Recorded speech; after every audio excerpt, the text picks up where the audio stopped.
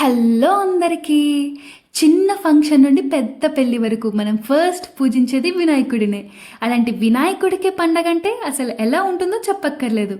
చిన్నప్పటి నుండి వినాయక చవితి అంటే నాకు చాలా ఇష్టం. అప్పట్లో నాన్నే వెళ్ళి వినాయకుని తీసుకొచ్చేవారు. ఫ్రమ్ పాస్ట్ 2 years నేనే వెళ్ళి నా చేతులతో వినాయకుని సెలెక్ట్ చేసి తీసుకొస్తున్నా. వినాయక చవితి ముందు రోజు నాకున్న ఒకే ఒక పని ఈ జిల్లేడి పూలతో మాల చేయడం. మాల కట్టడం మనకెట్లో రాదు కదా, ఇంకా సూతి దారంతో ఇలా దండలాగా చేసేసా. చామంతి పూలతో అయితే మాల అమ్మ కట్టేశారనమాట. నెక్స్ట్ డే లేసి చూసేసరికి మా ఇంట్లో ఉన్న మందారం చెట్లో చాలా పూలు పూసాయి. ఇంకా ఒక్కొక్క పువ్వు ఒక్కొక్క పటానికి పెట్టి అలంకరించేసా. అమ్మ వంట చేయడంలో బిజీగా ఉండగా నేనైతే ఇంట్లో ఉన్న దేవుళ్ళకి గంధం కుంకుమ బొట్లు పెట్టి అలంకరించేసా. పసుపుతో చిన్న వినాయకుని కూడా చేసేసా.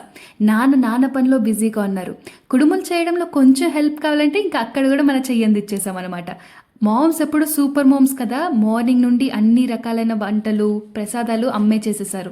ఇంకా అన్నీ తెచ్చి దేవుడి ముందు పెట్టి వినాయకుడి మంత్రాలు కథ చదివి పూజ అయితే ముగిచ్చేసాం. అప్పట్లో బుక్స్ అండ్ పెన్స్ అన్నీ మనం దేవుడి ముందు పెట్టేవాళ్ళం కదా. నేనైతే అన్ని సబ్జెక్ట్ బుక్స్ పెట్టేదాన్ని. ఇప్పుడు ల్యాప్టాప్ అండ్ ఐడి కార్డ్ పెట్టి అంతా మంచిగా జరగాలని మొక్కున్నాను. అమ్మా నాన్న బాగుండాలి, అందులో నేను కూడా ఉండాలి అని ప్రే చేసి ప్రసాదం అయితే తినేశాను. అలా ఈవినింగ్ అయిపోయింది. మా ఇంటి దగ్గర ఒక వినాయకుడి గుడి ఉంది. ఇంకా అక్కడికి వెళ్ళి దర్శించుకునేసా. మీరు వినాయక చవితి ఎలా సెలబ్రేట్ చేశారో కమెంట్ చేయండి. Follow for more. Thank you.